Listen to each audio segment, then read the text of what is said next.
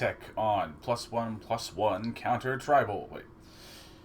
+1/+1 counter tribal is exactly as it says. On the 10, it is full of creature cards that enjoy and take advantage of +1/+1 counters, such as Hamza, Guardian of Arashin, which is a okay 5/5 body that gets cheaper for each creature with 1/1 counters that we control, and also makes other creatures cheaper for, again, each creature with +1/+1 counters. Ways we have to give +1/+1 counters. We have like the Great Henge, which is good as not only some life gain and a little bit of ramp, but the +1/+1 counter and card draw does everything the deck wants it to. Also running a full playset of Collected Company, since if you're running a green-based deck and you can fit Collected Company in your deck, you should probably be playing it. Now, for the rest of all of our things that say can be hit by Collected Company, Knights of Autumn, more +1/+1 counters, or life gain, or naturalizes. Some Oran-Rief Oozes, more ways to give 1/1 counters, as well as basically buffing your board. Skyclave Apparition, since it's a nice removal on a body.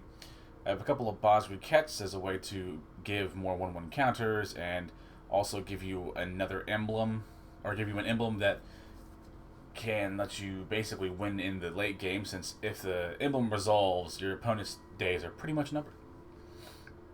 4 copies of Conclave Mentor to make advantage of, and to help get even more 1/1 counters on other creatures, as well as a little bit more life gain should the Conclave Mentor die. Single copy of Heroic Intervention because those pesky sweepers and removal spells. Running 2 copies of Mikaeus, the Lunarch, as a nice mana sink if you need it, or can also be used to give your entire board +1/+1 counters, or if he needs to take turns off to get bigger, Mikaeus can do this. Though this is a bit of a non-bow with our Collected Company, but the card's good enough that we don't really mind it, and oftentimes in our sideboard game, Mikaeus will usually be the first thing to come out. 4 copies of Pelt Collector, a creature that can get +1/+1 counters itself, as well as take advantage of our general, creature-based strategy. And we also have 4 Star Pupils, again, just a 1-drop that comes in with 1/1 counters on it, as well as should the creature, or the Star Pupil in this case, die, we don't immediately lose all the counters. We can, provided we have another creature, move the counters from a Star Pupil onto the creature in question, which is good.